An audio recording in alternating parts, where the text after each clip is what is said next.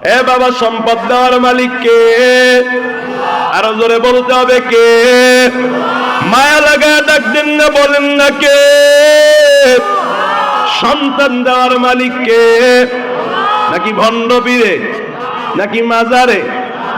ওরে বাবা, আজ থেকে প্রায় 10 বছর আগে ঢাকার নবাবগঞ্জ এলাকায় একটা মাহফিলে যাওয়ার পথে একটা মাজার পাইলাম।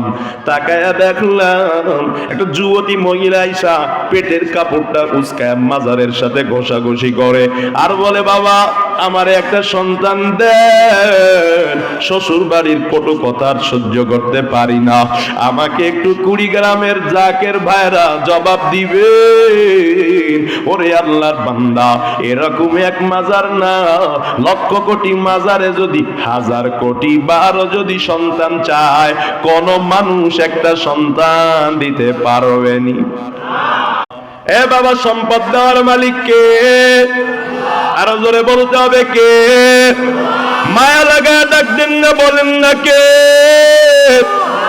সন্তান দেওয়ার মালিক কে? নাকি ভণ্ড পীরে, নাকি মাজারে? ওরে বাবা, আজ থেকে প্রায় 10 বছর আগে ঢাকার নবাবগঞ্জ এলাকায় একটা মাহফিলে যাওয়ার পথে একটা মাজার পাইলাম।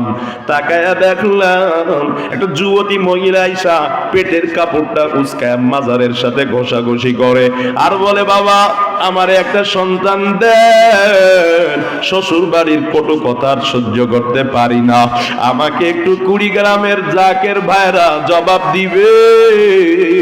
ওরে আল্লাহর বান্দা, এরকম এক মাজার না, লক্ষ কোটি মাজারে যদি 1000 কোটি বারো যদি সন্তান চায়, কোন মানুষ একটা সন্তান দিতে পারবেনি।